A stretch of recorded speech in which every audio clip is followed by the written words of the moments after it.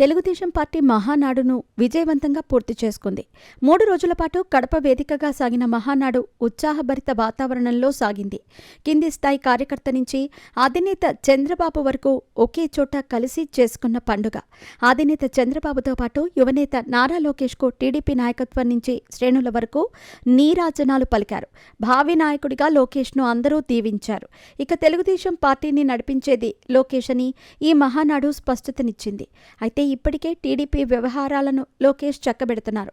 పైగా జాతీయ ప్రధాన కార్యదర్శి హోదా, రాష్ట్ర మంత్రివర్గంలో సభ్యుడు, ఇలా అన్ని రకాల పదవులు దక్కాయి లోకేష్కు.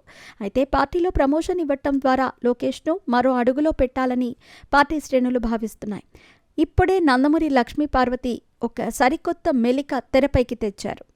ఎన్టీఆర్ వారసులుగా ఆయన ఇంటి పేరు కలిగిన మనువలు ఉండాలని, కుమార్తె కొడుకు ఎలా వారసుడవుతారని ప్రకటించారు. తద్వారా జూనియర్ ఎన్టీఆర్కు టీడీపీ పగ్గాలు ఇవ్వాలన్నది ఆమె డిమాండ్. ఎందుకంటే టీడీపీ నాయకత్వం లోకేష్కు అందించటంపై నందమూరి కుటుంబంలో ఎవ్వరికీ అభ్యంతరాలు లేవు. నందమూరి బాలకృష్ణ అల్లుడే లోకేష్. సో ఆయన వ్యతిరేకించరు. నందమూరి కుటుంబం అంతా బాలకృష్ణను పెద్ద దిక్కుగా చూస్తోంది. మరోవైపు పురంధేశ్వరి సైతం అభ్యంతరం వ్యక్తం చేయరు. ఇప్పటికే చంద్రబాబుతో ఉన్న విభేదాలు సమసిపోయి వారంతా రాజకీయంగా ఇచ్చిపుచ్చుకునే ధోరణిలో ఉన్నారు.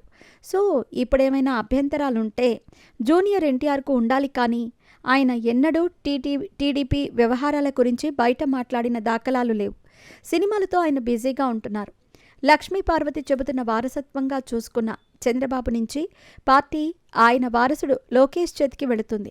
1995లోనే నందమూరి తారక రామారావు నుంచి పార్టీ చంద్రబాబు చేతిలోకి వెళ్ళింది. అప్పుడే వారసత్వం చేజారిపోయింది.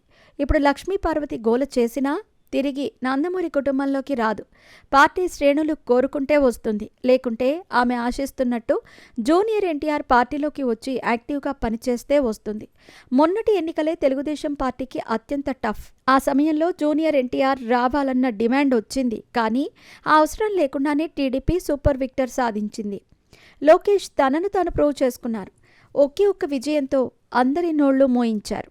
టీడీపీ శ్రేణుల నుంచి జూనియర్ ఎన్టీఆర్ రావాలన్న మాటే రావటం లేదు. అప్పుడెప్పుడో అనేవారు, కానీ అటు తర్వాత జరిగిన పరిణామాలు ఆ స్లోగన్ను తగ్గించేశాయి.